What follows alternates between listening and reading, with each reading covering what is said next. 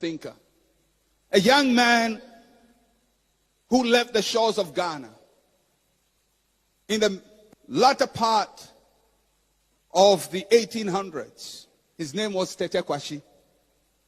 He traveled to a small place called Fernando Po in Equatorial Guinea now. He worked as a plantation farmer, almost a slave.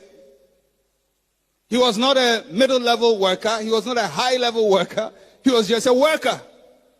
But when he left Fernando Po, he brought with him a few cocoa pods.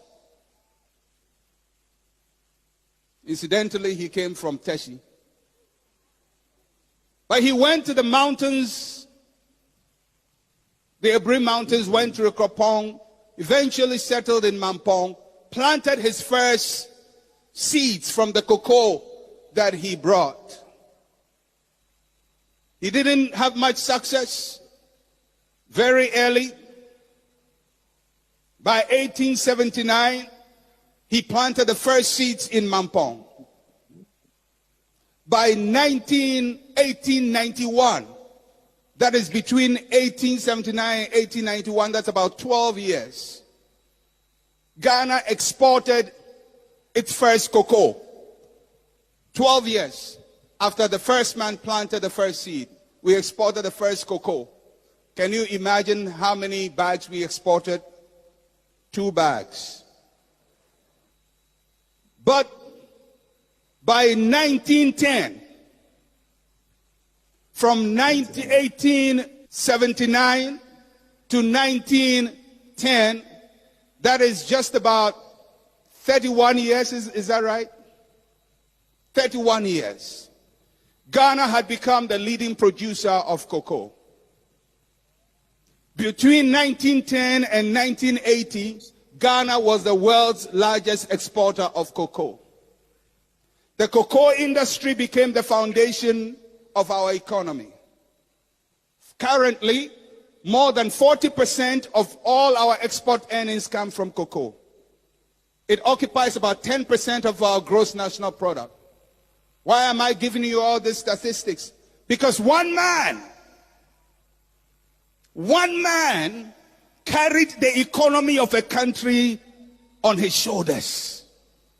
A generational thinker is one who is able to sow seeds for the future. A generational thinker is not somebody who is only committed to what he wants to enjoy today, but somebody who says, if I run with this race, I must make sure the next generation does not run my race. The next generation must run its own race. I must empower the next generation. A generational thinker thinks beyond his personal needs. They sow seeds for the future. A generational thinker must plan at least for 4 generations ahead of him. If you read the Bible, every blessing of God, he says, is to the 3rd and 4th generation. When God blesses you, it has generational consequences. In the same way, if he curses you. If we are going to take charge of the future, we have to be generational thinkers. That means that for everything you do, you have to think of the person who is coming after you. And make sure the person coming after you will not be worse off, but will be better than you are.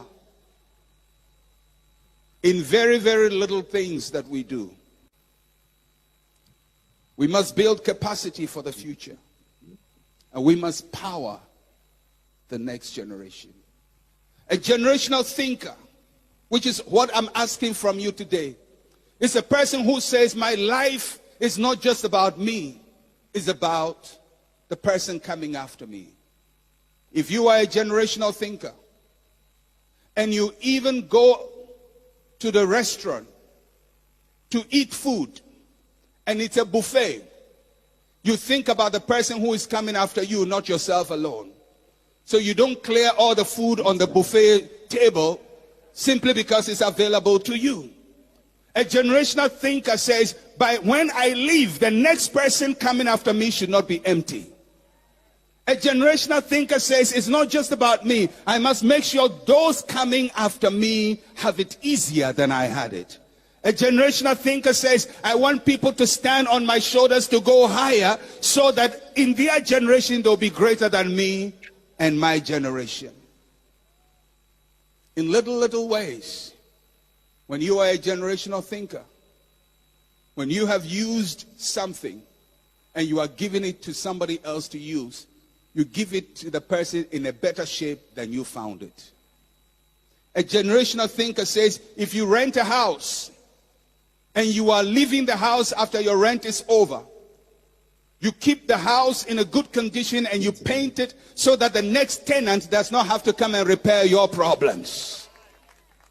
A generational thinker says, if I go for a public gathering like this one and I drink water, I don't want to give a burden to the next group. I want to make sure I carry my own burden so the next generation does not start by carrying my burdens. A generational thinker is thinking about the next person on the line. I'm telling you, Africa, I'm telling you, my friends, if we want to make an impact, we have to stop just thinking about ourselves. We have to be generational. We have to invest into the future. Wait till you don't keep up for the next generation. You decide now for who?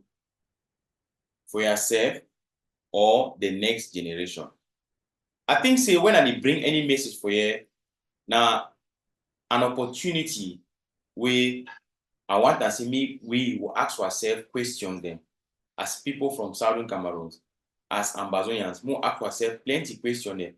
And in a bid to critically look at the situation, we will attempt possible, tangible answers when we bring forth better solution.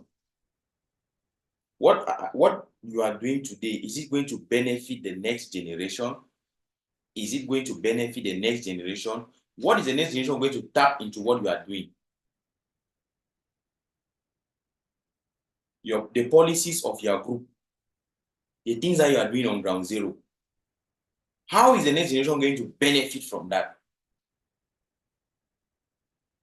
My brother and sister, mommy and papa there, ladies and gentlemen, fellow Ambazonians, I hope, I believe that we are into this struggle because we do not want our children to inherit the same problem of today or of yesterday. The Funchas at their time, they could have put up the resistance we are putting up today. Of course, they could have done that, but they didn't do it. So the problem, that's why we say never again. But I just hope that some of you actually think about the next generation. Some of you are the same day we will not think about people that will come after una. So you be chop chair for us. Some of you are chop chair for family. When I don't say come for family, you can see how we pa don't buy land, pa buy thing there. Instead for you, for buy more, you instead sell and sell. You sell and say pa be sell and you for take with it. Now so some people they for inside Ambazonian struggle. Now some people they for inside Ambazonian struggle. That chop chair the way they can't sit in for family. Instead for them to add more, they sell and sell. Now in that, but I think say this video will be educative enough. Now time then for people that they reflect, the think, always the think. You must make sure so you always plant seed where people then will harvest. Even when you know they will also harvest that. And that is how we build our community. That is the Southern Cameroon spirit. That is the spirit of Ambazonians. If you found this video interesting, don't forget to give it a thumbs up and you can share it to friends and loved ones to watch. I'll see you guys again in our next update. My name is Fabiano Deco, your humble servant. Bye-bye for now.